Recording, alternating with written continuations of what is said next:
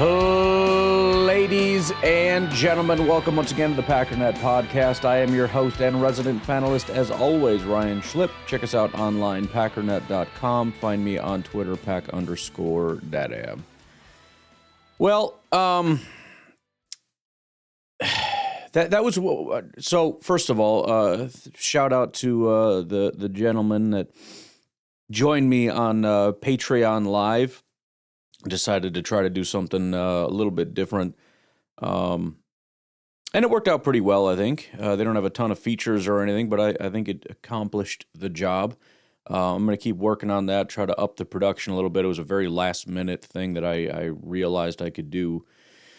So I'm going to try to work on that. Patreon.com/pack_daddy, by the way. You can join for as little as $1 a month. We'll definitely do a stream for the remaining games. We have at least 2 more, and then we'll see if I can add a little bit more. We'll do some mock drafts and stuff like that. Appreciate that. Look, it was such a weird game because it was oddly satisfying and depressing and awful and great all at the same time. The broad strokes overview was, in the beginning, you could tell this is a team, and again, I'd ask the question, do you have anything left? Can you rise to the occasion? Can you be a team that overcomes the adversity? I keep seeing the Micah Parsons excuse over and over and over again, as though it's impossible to win without Micah Parsons. Because, every other team has Micah Parsons on it, you know what I mean? Obviously, the defense last year had Micah Parsons on it.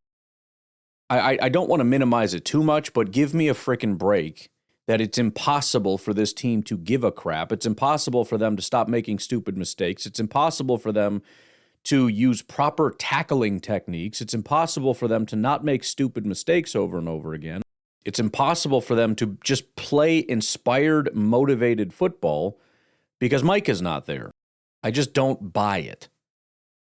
And when Matt LaFleur said in his press conference after the game that it wasn't up to standard, he's right. It wasn't up to standard. It's not up to anybody's standard, which is why today we're going to do some exploring on some things that probably are not going to be worthwhile talking about, but it doesn't make sense to not explore it. It doesn't make sense to just say, well, I have decreed that that's a stupid thing, and so we're not going to talk about it. It's on a lot of fans' minds, and so we're going to explore some different things.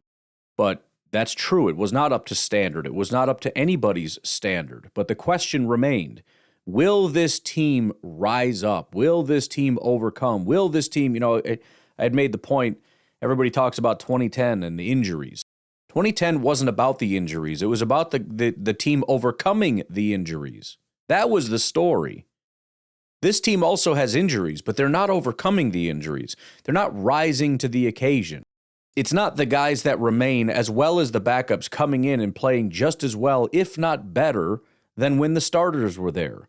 This is a team that has the remaining players that cannot play very well, and even the guys that were playing well deciding they don't want to play well anymore. Keyshawn Nixon has just given up. He gave up like 3 weeks ago. Valentine suddenly is a terrible corner. He's been a great corner for a very long time. It's just uninspired football.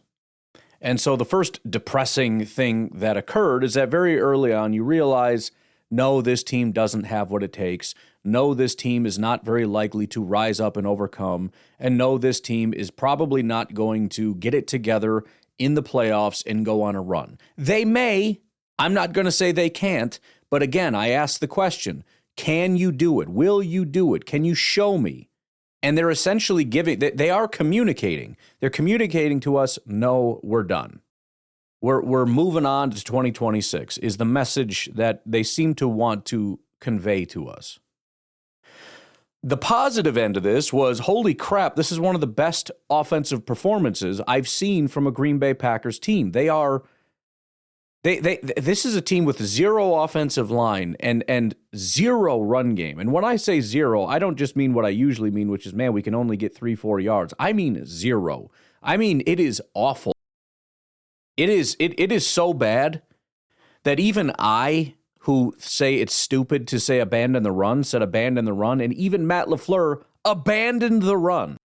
A National Football League head coach actually said, we're not going to run anymore, which is a thing that really just doesn't happen because the run was so bad and the pass was so unstoppable. And then right back to depression when you realize that that offensive production is coming mostly from Malik. I think the receivers played really good, really well, whatever. They played good football. But this is what Malik does to the offense. He causes so much confusion and consternation for opposing defenses, and he just cuts through like they don't freaking exist.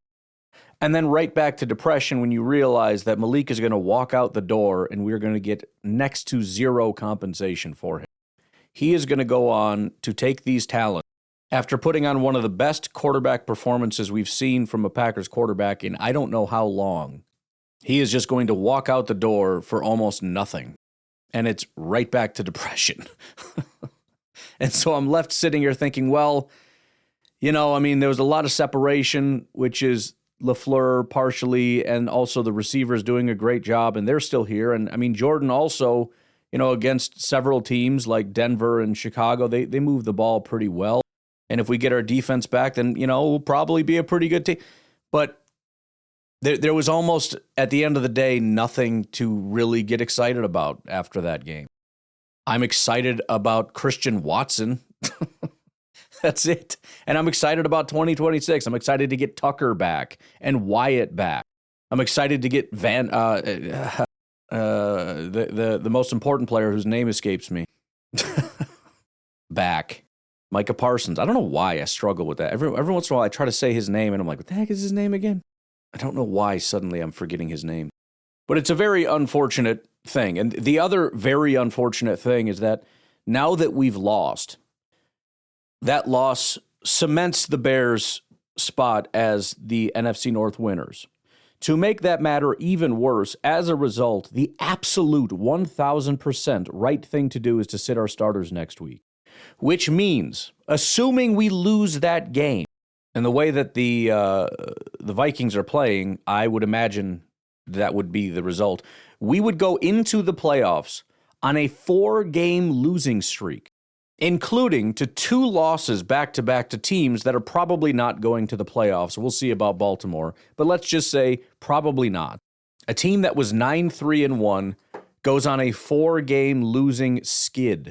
And then to make matters even worse, there's a very good chance we're going to see the Chicago Bears in Chicago, and we'll lose that game, which means after beating the Bears, we will fall 2 games to Chicago, and we'll send Chicago another round deeper into the playoff. To everybody that said, I can't wait to see them again, I don't want to see them. I hope we don't play them. I hope we are not, we are the 7th seed. I hope they are not the 2 seed, because that's who we're going to play, is the 2 seed. I would like somebody else to play Chicago. Anybody else that is a more capable team, because I have no remaining faith left in this team figuring anything out. There are good players on this team right now. There are guys that are playing good football, but there are enough guys that have either cashed it in or just don't have a talent that I just don't really have belief anymore. And as far as the coaching goes, again, I'm a big fan of the play calling. Again, our offense has been cutting through defenses, including very good defenses, with almost no opposition for quite a while. However, where's the motivation? Where's the inspiration? Where's the drive? When do we start to see inspired football as opposed to sloppy garbage, and then we have the coach go in front of everybody and say that wasn't up to our standard? I agree. And I think that that's becoming a common thing, and I'm kind of tired of hearing it. I'm tired of watching our special teams just play sloppy garbage football. How many times do I have to watch people catch the ball at the goal line? How many times do I have to watch somebody catch a ball about to go out of bounds, and instead of letting it go out of bounds and taking it at the 40, you decide you're going to catch it and run it out to about the 20 and then slip and fall? Instead of letting it go into the end zone, I'm going to catch it and run out to the 25. How many times do I have to watch our offensive line just look like garbage? Malik had no offensive. It wasn't just the running. He was running for his life all the time. Not to mention he has a center snapping the ball in the quarterback's face because he's a dumb. And we got guys jumping off sides and everything else. I'm not a fan of the current situation. I feel like they have tried to get these guys to play to a certain standard. They have tried to get these guys to play good football, clean football. They have given a lot of people opportunities to see if they can be the starters, and many of them have demonstrated they absolutely cannot, and they need to immediately or as quickly as possible be replaced. And we've asked many other people, can you rise to the occasion? Can you overcome the adversity, the injuries, the exhaustion that everybody else is feeling? Can you be a freaking warrior and rise to the occasion and overcome? And the answer is no. We were watching the game yesterday, and one of the things that stood out is that momentum just doesn't work for us.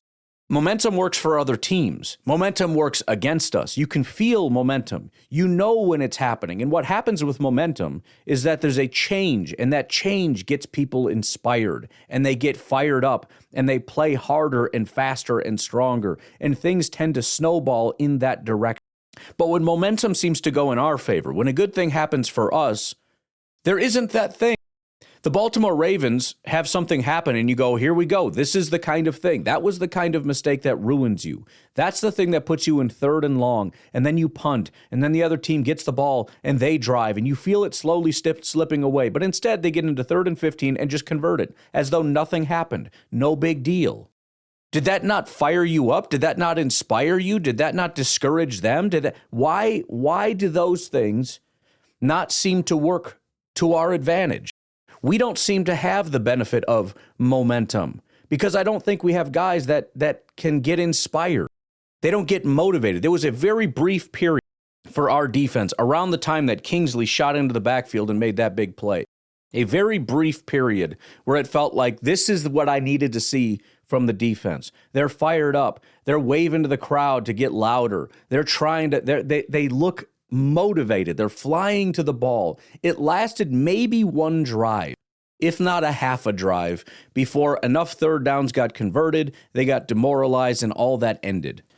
And you look at the locker room stuff, Bullard is angry, and he's swearing about the things just not being up to standard, and the coaches are angry and saying it's not up to our standard, and they're all correct, and they obviously all care, but the point is they don't know what to do. They don't know what they did wrong. They feel like they practiced well enough. They felt like they were ready and motivated. They were emotionally and mentally prepared to go into this game and win this game. But when the game actually happened, they realized they actually didn't have what it takes. They actually didn't have the proper motivation or the proper whatever it takes to win a game, to actually win the game. They didn't have the right game plan. They didn't have the right motivation. They didn't have anything that they needed to beat a team that is not even really a playoff team and didn't have Lamar starting. I can't imagine how brutal this would have been if Lamar Jackson was the starting quarterback. And we allowed a team to hang 40 freaking points on us, 41 to be exact. That's the worst defensive performance of the season. The Cowboys hung 40 on us. In fact, that is the worst defensive performance since 2016. As surprising as it might seem, considering how much we dislike our defenses over the years, how much we dislike Joe Barry and Mike Pettin and all that, the last time a team hung 40 on us was 2022. The last time a team hung 41 or more was 2016. In fact, 2016 was the last time that our defense gave up 40 or more points twice in a season. And one of the times was with Jeff Hafley at defensive coordinator and Micah Parsons on our team against Dallas when they hung 40 on us. That's shocking and freaking terrible. This isn't just some minor blip to allow 40 points to another team. This isn't just some, like, oh, that was a bad day. Now, we're talking historically bad. We're talking about the worst defensive performance in Matt LaFleur's entire tenure here. We're talking about the worst defensive performance across our last 3 defensive coordinators with Hafley, Barry, and Pettin. And you know what? Barry and Pettin didn't have Micah Parsons either. So frickin' spare me. This is a team that is just completely mentally, emotionally, and physically drained. They have nothing left, and they don't want to give anything more. And the ones that do don't know what to do. Again, they feel like they're doing everything they're supposed to do, but the results just aren't showing up. And ultimately, a coach's job is to say, if you put all your energy into what I told you to do, then the results will follow. And players are going out there, not all of them, but many of them are going out there saying, I'm doing what I thought I was supposed to do, and it's not working. And that in and of itself is demoralizing. So ultimately, moving forward, when we kind of analyze things, we have to look at, a lot of people like to, well, I tell you what, let's take a break. We'll come back and launch into this. We'll be right back.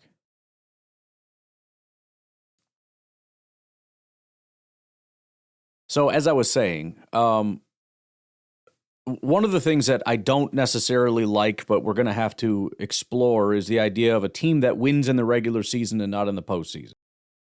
The reason I don't really like it is because nobody really provides anything to that. It's just, it's as though there's a way to construct a roster that beats teams in the regular season and not in the postseason. It doesn't really make any sense.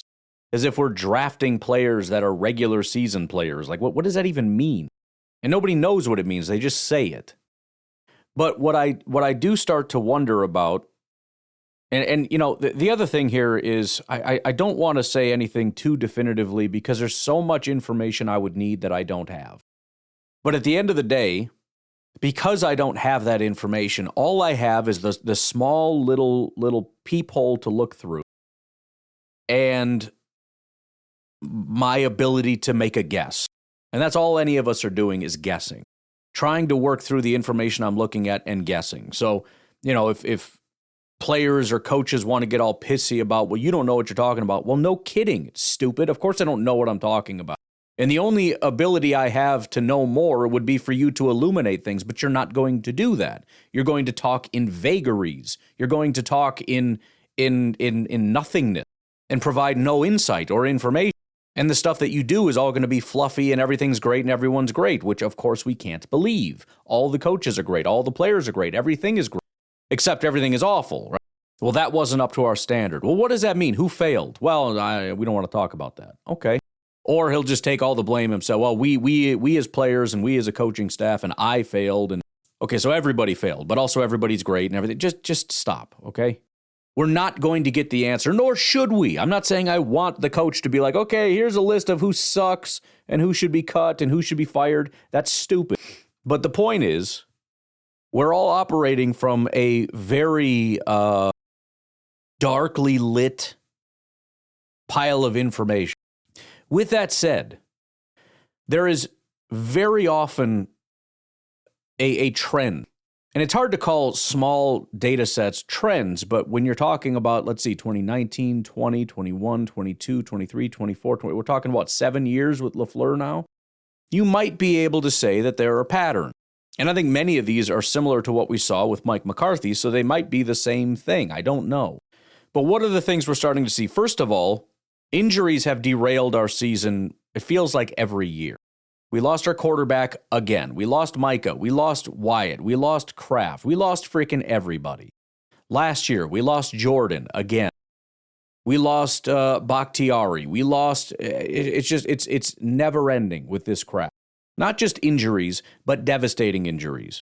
It's one thing to lose a linebacker, a corner, and a safety. It's another to lose your starting cornerback and one of the greatest star pass rushers in NFL history. That's a different thing. On the offensive line, we have 2 good offensive linemen. Their names are Elton Jenkins and Zach Tom. Guess which 2 got hurt? At tight end, we have 1 star and a bunch of Guess which 1 got hurt? At receiver, our best receiver is Watson. Our second best receiver is probably Reed. Guess which 2 got hurt this year? It wasn't Wicks. It wasn't Golden. It wasn't Bo Melton. It was Watson and Reed. The injury situation is terrible. And I don't know what to do about that. Maybe it's just bad luck. Or maybe we just don't know how to handle injuries. Or maybe it has something to do with our training method. We already fired our entire training staff and hired an entirely new training staff, and it fixed exactly 0 things. 0 things. And I think the only reason we did that is because of pressure from the players. The players were revolting, Jair being one of the main ones. And I think the leadership kind of gave in to that pressure. There was a broken trust. The players and the training staff did not get along. They didn't like each other. They didn't trust them. So it's not necessarily that they were doing a bad job.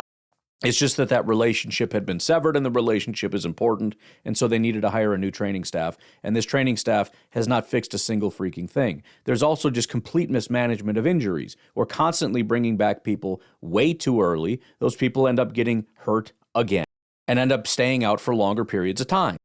I don't understand why that keeps happening, but it keeps happening. But then aside from the injuries, have we ever seen an inspired team at the end of the season? Have we ever gotten the feeling like this is right here a real solid playoff team? I guess you kind of felt that against Dallas, but we followed it up immediately with a game against Philadelphia where it was completely uninspired slop. Now, maybe it's not the coaching staff. Maybe it's because it's a very young football team, and this is what you get from youth. I don't know. Again, I don't know the answer, and I can't know the answer. But what I can tell you is that what I'm seeing is a team that has a lot of talent. There's a lot of individual pieces of talent all over the place. But the thing that brings that all together, when does it all fuse together into this just solid object, as opposed to these individual pieces? When does it all come together into this unstoppable force? I always talk about getting hot at the right time, and the Packers are the opposite of that. I mean, they follow the exact same trajectory almost every year. They're bad early, then they get hot down the stretch, and then they fall apart right around the time the playoffs start. This has been the general trajectory of the Packers for most of the Matt LaFleur era. And it seems to me like a team that, like, maybe, again, because they're young and it's a matter of, like, I don't know what pieces to put where and all that, and so it kind of starts off a little sloppy. And then Matt LaFleur does a good job of figuring it out over time, figuring out where to put the pieces, figuring out the opponents, making adjustments and doing all that. And then we get hot again. And then as time goes on, I don't know why the fall off occurs, but it always seems to occur. And right now, the Green Bay Packers and myself personally are being mocked and ridiculed viciously online because the Packers are just not a good team. Now, all the thing that annoys me about social media is everybody's so bad at it. Bears fans are latching on to this DVOA post that said it was, by the way, it wasn't even a Packers post. It was just, here it is. Detroit, then Green Bay, then I think it was Minnesota, then Chicago. That's what it was. And they're like, oh, update? Like, do you want it? I can give you an update. Do you want an update? It's like I was telling one guy, it's like, if in the middle of summer I said, oh, it's 80 degrees out, and then in winter you say, update? Yeah, it's 12 now. Why? It's different now. Oh, this is why football isn't played on spreadsheets. First of all, nobody said that. I also never said nothing changes over time. This is in this moment, here's the update. But they're so freaking stupid. There's also, I almost want to defend a Lions fan who's, the Packers are such a bad team, I can't believe we lost to them. Yeah, you lost to them back when they weren't bad, stupid. Does nobody realize that things don't change over time? Things change. I mean, there's probably even Packer fans are like, oh, we're not even a good team. See, we were never good. No, we were good. Now we're not good because it changed. Why can nobody understand this? It's really impressive how ridiculous and stupid I don't know.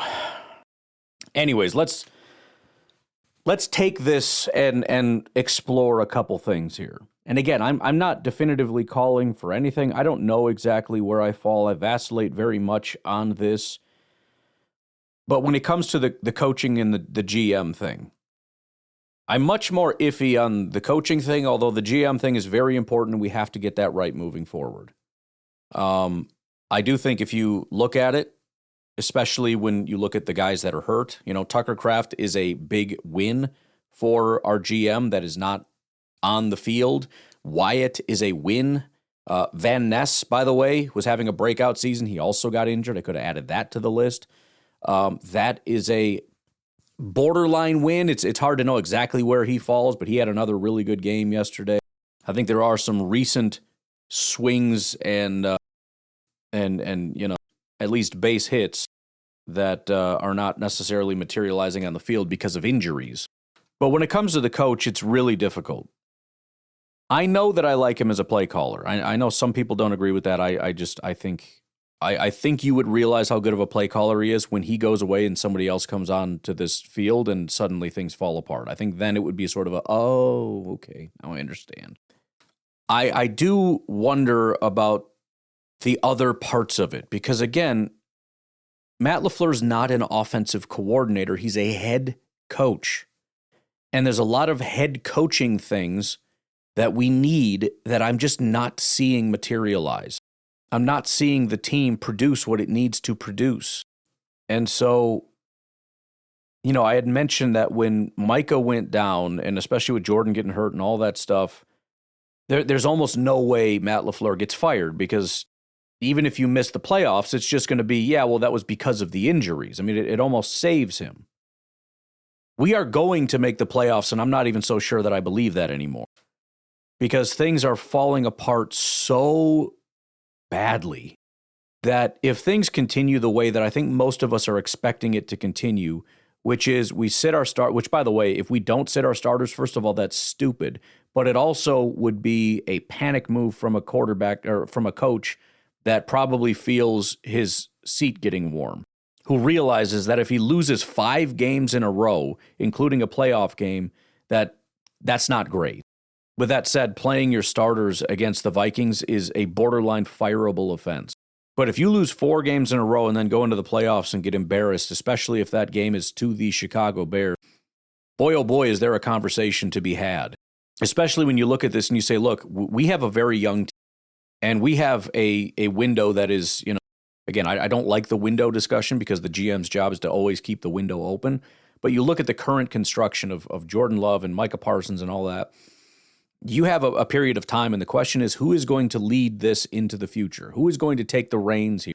Because the decision we make here is it's pivotal. It is a split in the road. Do we continue down this path with Matt LaFleur, or do we find someone else that can take the reins? And part of that, even, similar to the training staff thing, it's not that the training staff was doing a bad job. It's that the players had lost faith in the training staff.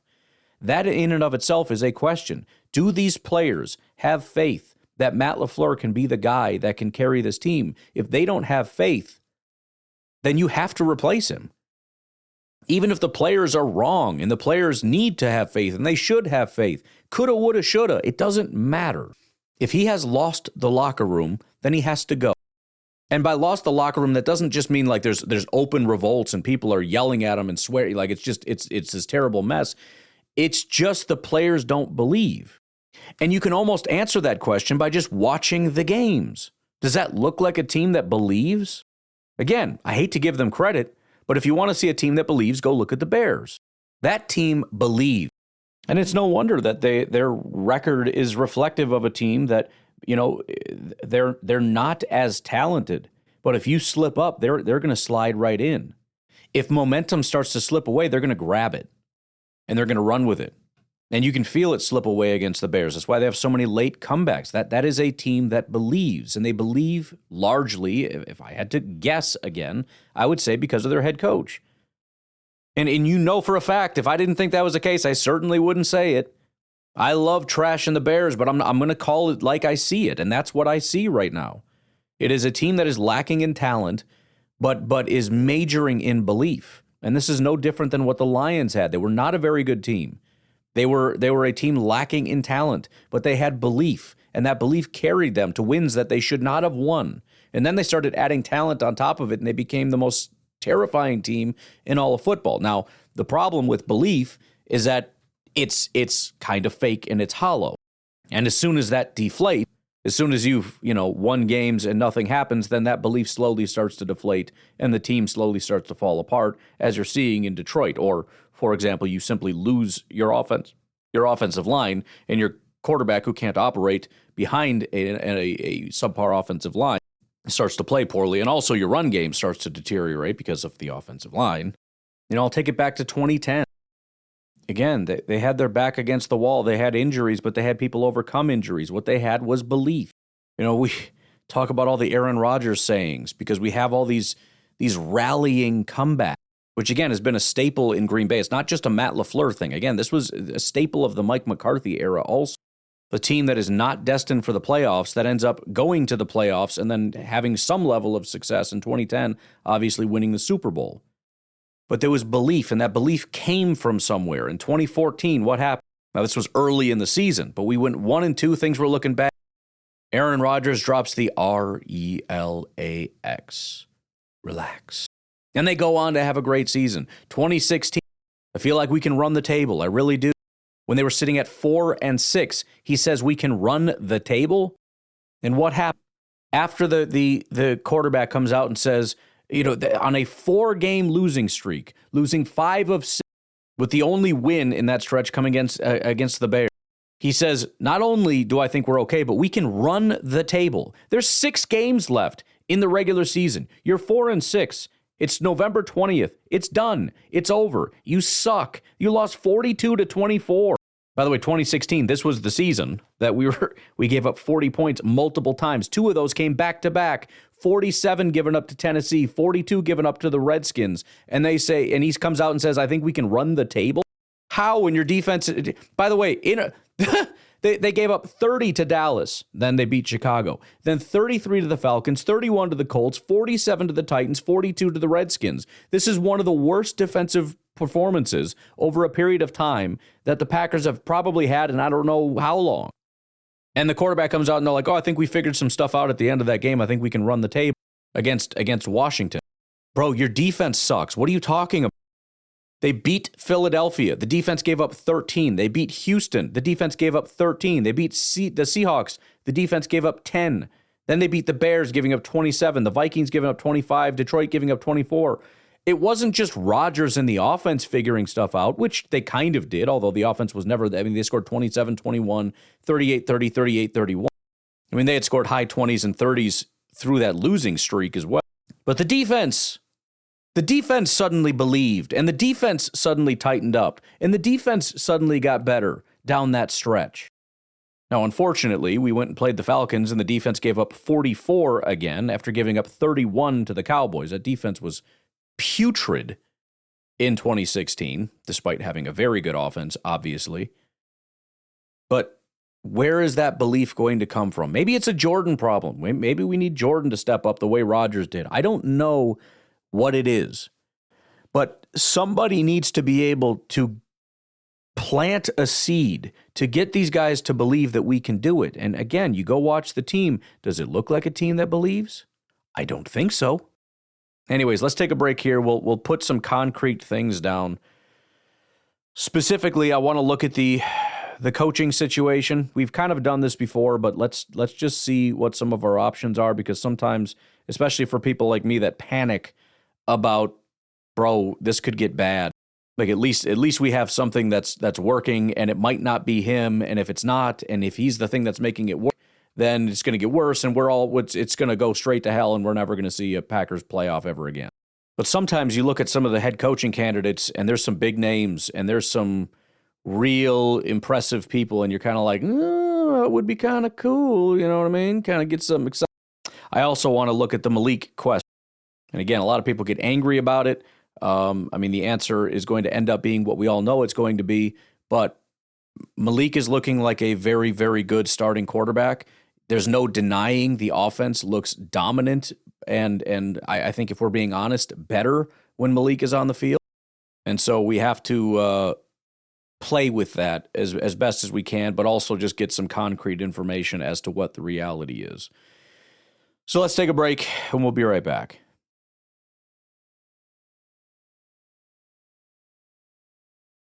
The funny thing is, when I was looking at yesterday, they were talking about the Jeff Hafley thing, and is he really going to get hired away as a head coach? And I think if he does, it has more to do with his reputation than, everybody looks at it and says it's all going to come down to how good of a job he does and how many points he gives up or whatever. Maybe, but I think it's deeper than that. I think that there's more to it. I think he has a reputation as a leader, as a communicator, as a coach, as a teacher that I think will carry him. But at the same time, you look at some of the other coaches. I mean, yeah, Hafley's a big name to us in Green Bay, but you think there aren't other big names? And so I said, well, offense is going to be probably a priority over defense, generally speaking. So who has the top offense? Well, it's the Rams. Okay, who's their offensive coordinator? It's Matt LaFleur's brother, Mike LaFleur, which I got to say, first of all, he's got to be a big name. I mean, he just got into the offensive coordinator seat, and he's making his name there, and they are producing at a level that is really impressive. I mean, you can have a shallow look and just say, "Oh, that tree's been picked clean," and they've been, yeah. But this is the best Rams we've seen in a long time. This is, and again, we always do that thing where we pretend it's always been this way, which it absolutely has not. Stafford, we don't give him enough credit. Blah blah blah. You're saying that because this is his best year ever. Stafford has never been this good. It's not to say he hasn't been good. He is good. He's a very good quarterback. But we do that thing where we look at this now and then we say, "Oh, he's always been this good," and "Oh, he doesn't get enough credit." Yeah, he doesn't get the credit that you're saying he should get now because you're doing a thing where you pretend that this is just always how good he's been. No, this is his best year ever. It would also be hilarious if we look to, and I doubt this would happen, if we fired Matt LaFleur from Mike LaFleur. That would be the dirtiest move ever. And I would guess his brother would not even accept the job for that reason, but it would be wild. And plus Packer fans wouldn't even like it because they would just see it as Matt LaFleur 2.0, even though that doesn't really even make sense. Why do we, just because they're brothers, they're the same person or something? But Packers fans wouldn't like it. They wouldn't feel like it's different enough, especially since, Matt LaFleur came out of that. I mean, it was the offensive coordinator job in L.A. for the Rams that kind of made his name. The Tennessee thing, that was not, he spent 1 year there as an OC and it did not go well. But anyways, as we explore the head coach, I think one thing that's worthwhile to kind of think about if we were to go down this path is Matt LaFleur was the right guy for that time.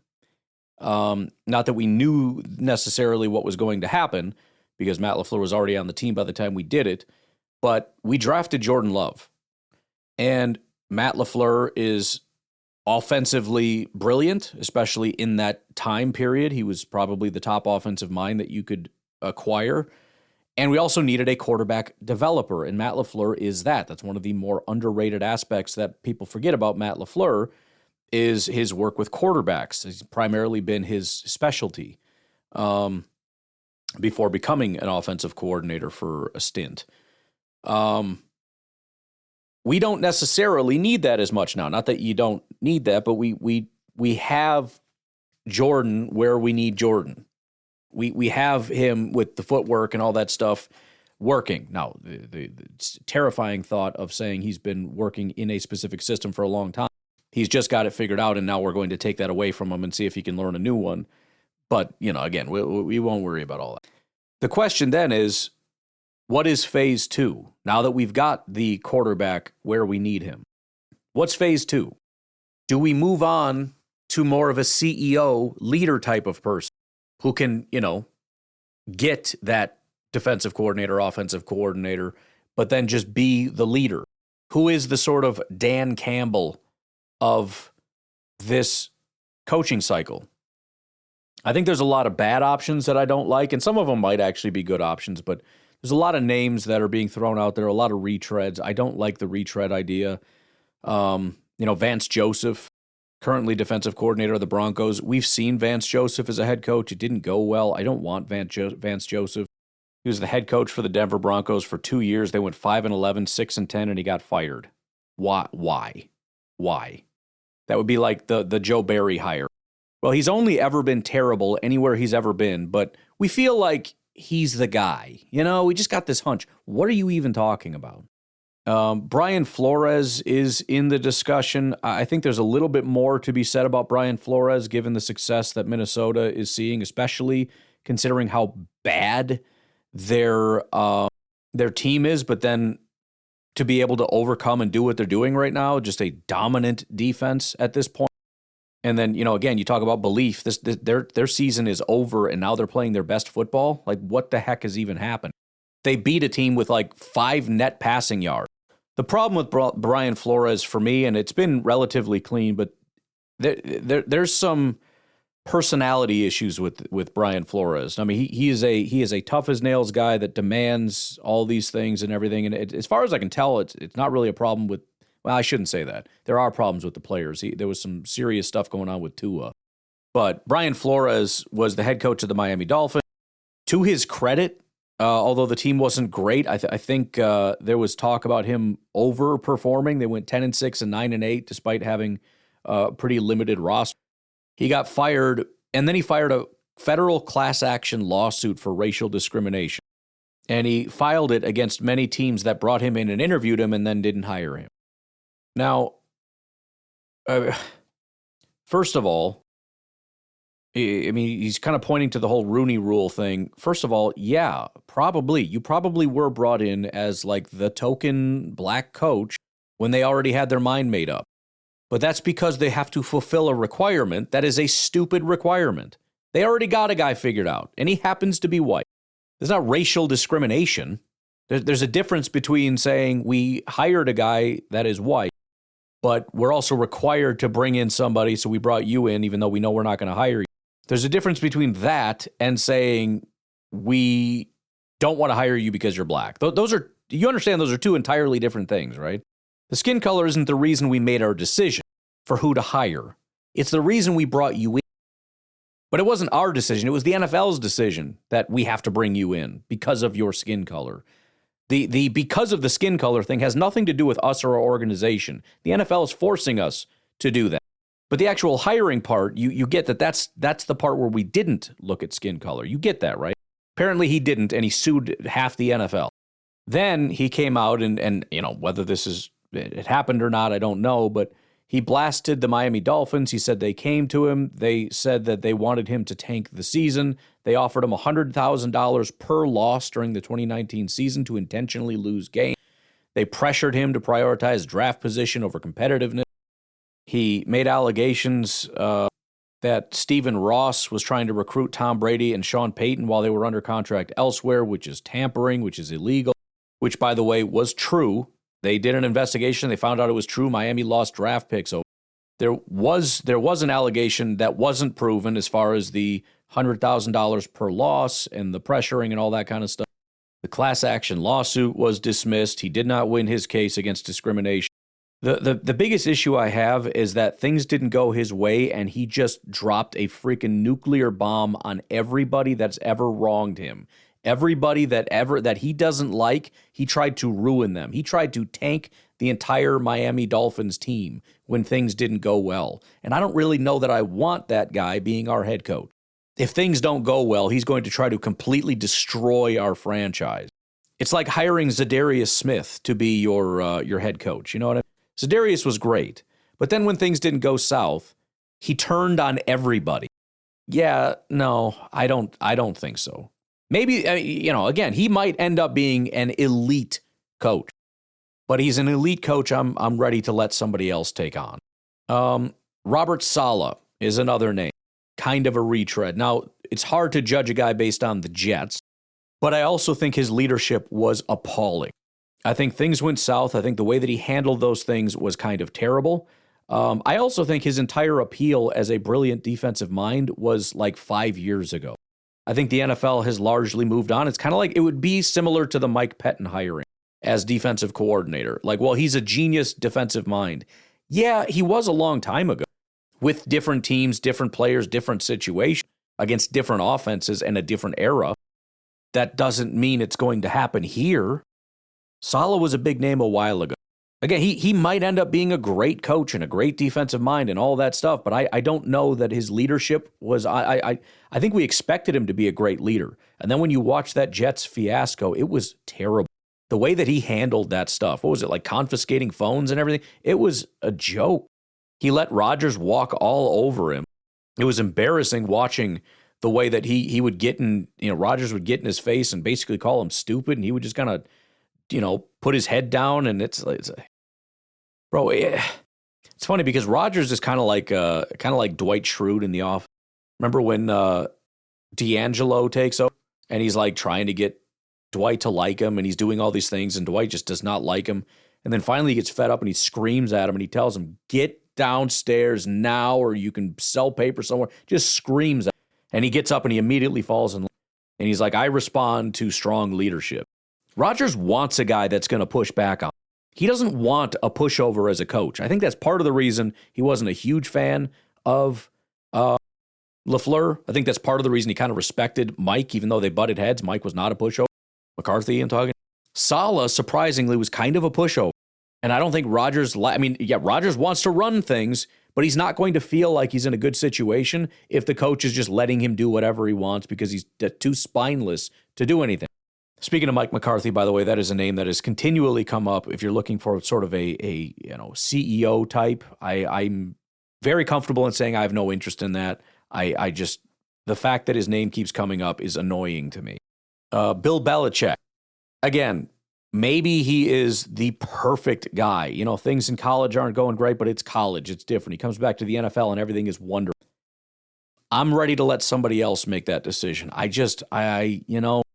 When I just feel like we've seen this play out so many times, and the idea of they're going to come back and everything's going to be great. Was it Gruden, right? Remember when, was it the Raiders or something? They wanted Gruden. When he was with Tampa, he was just this greatest thing ever. And then he went on to do broadcasting, and they're like, "Please come back. We'll give you $100 million contract." And they gave him $100 million over 10 years. And it wasn't good. He was good with a different team at a different time in a different era with different players. The NFL evolves quickly, and you got to find the guys that are the tip of the spear, not the guys that, if we're going to war now, I'm looking for 18-year-old kids. I'm not looking for Vietnam veterans. You know what I mean? Yeah, that Vietnam veteran, that World War II veteran was a freaking monster in his day. And if I could take him when he was 18, 19, 20 years old, I would. But he's currently, 104. So I don't know that that's the best option. Leslie Frazier is another name. This is a guy that was a head coach of the Minnesota Vikings in 2011 through 2013. And has gone on to be a defensive coordinator since. No, I don't want the 2013 Minnesota head coach that got fired 10 years ago. Now, if we're talking about somebody that is interested, is a guy like Marcus Freeman. One of the biggest names, most talked about. He is the big personality, leadership type of guy, the Dan Campbell type of guy. He is a culture and character guy. Primarily comes from defensive. He's a defensive-minded guy, which it seems like a lot of the big culture leader types, they come from the defensive rank. He's a former player, former linebacker, and is just doing some serious damage in the college rank. Cincinnati, when it was a dominant force back in the day, that was Marcus Freeman. He went on to Notre Dame and has turned them into at least an elite defensive unit. His slogan apparently is "Choose hard," pushing players to embrace challenges in every facet of life, which translates well into the grind of an NFL season, which is funny because it brings me back to what I was talking about before, where it's about transforming a person's mentality. We need somebody that can do that because the NFL doesn't really allow you to do that in a way of you can't force it. You're not allowed to force players to be monsters, to be animals in all facets of life. And so you have to persuade them. In his short tenure, he led Notre Dame to the 2025 national championship game, has maintained a winning percentage near .8, 43-12 record, proving he can handle the scrutiny of a high-profile Goldfish Bowl program similar to Green Bay. Biggest hurdle for Freeman, though, is his current contract situation. He signed a 4-year extension in 2024 that runs through 2030. He is set to earn roughly $54 million over the life of the deal. Notre Dame athletic director Pete Bevacqua recently stated he intends to keep Freeman in the top tier of coaching compensation to ward off NFL interest. We don't know the exact buyout figures that an NFL team would have to put forward, but it would be massive. So, unlikely that ends up happening. More than likely, if somebody did hire him away, which is unlikely, it would end up being some, billionaire owner that's willing to throw a bunch of money around. The Packers are not that team. That would be very similar with Ryan Day, Ohio State. Ohio State is throwing a lot of money around to make sure that he stays. An NFL team would have to offer him a record-breaking deal as well as probably a massive buyout. Looks like it would be $6 million, which is doable for somebody, but I don't think that would end up happening. In this line, the guy that maybe makes the most sense is the guy that's already made the jump from college to the pros, that has seen success and maybe is looking for that next step, and that's Jesse Minter. I think in the last hiring cycle, there was talk about Jesse Minter becoming a head coach in the pros, and that didn't happen. Instead, what happened is Jesse Minter helped to lead Michigan to be a dominant force. Jim Harbaugh went on to be the coach of the Chargers, and he brought Minter with him. And so the great thing about it is it's kind of a bit of a proving ground. Can you take this college guy, bring him to the pros, and still have success? By the way, just a little background in Minter. 2023 Minter's unit was top-ranked defense in the country, allowing just 247 total net yards per game. It was the backbone of Michigan's undefeated run to the national championship. He was a finalist for the Broyles Award, which is top assistant coach in college in 2022, after leading a top 10 unit in his first year at Michigan. Before Michigan, he served as defensive coordinator at Vanderbilt and Georgia State, showing he could build successful units at both high resource and turnaround programs. But again, the question is, okay, but can you take that defensive system, this brilliant defensive architect, his modular system, and can you make that work in the NFL? In his first year in 2024, the Chargers finished first in the NFL in points allowed at 17.7 points per game in defense and fifth in defensive EPA per play. Currently in 2025, their defense ranks eighth in points, fourth in yards allowed, third in first downs allowed, third in interceptions, eighth in net passing yards per attempt. And if you look at this last stretch here, since their bye week in week 12, they've allowed 14, 19, 13, 17, and 20 points. This last game to the Texans, they lost to the Texans, but they lost because the offense only put up 16 points. In fact, the offense in that stretch has put up 22, 16, and 16 in three different games, and they won two of those three, despite the offensive performance being terrible. He's widely praised for his in-game adjustments. Against the Chiefs, he successfully used a linebacker spy to neutralize Pat Mahomes after an early scramble touchdown, shutting out the Chiefs for the final 53 minutes of the game. He was also acting head coach in 2023 at Michigan during Jim Harbaugh's suspension. They went on to win that game. You probably remember that. It was a pretty big deal, but they went on to win that game.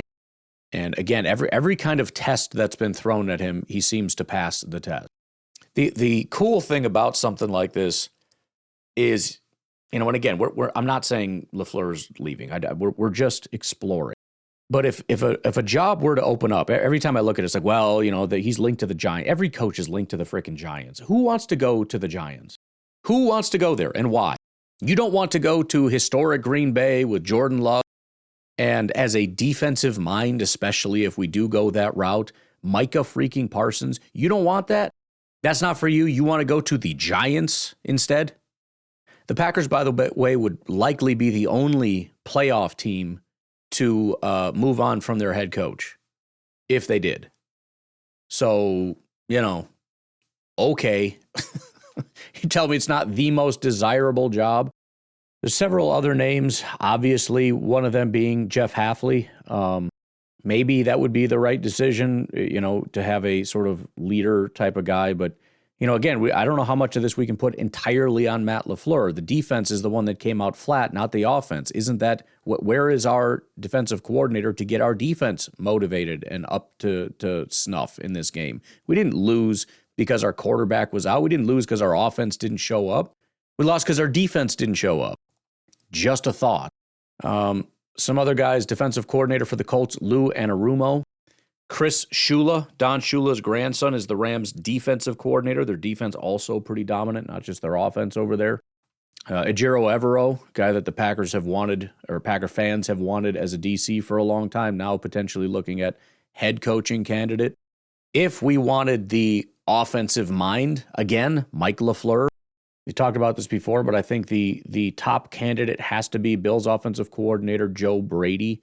If we break down the candidates right? Let's so here's the list of all the guys. I'll just read through it real quick.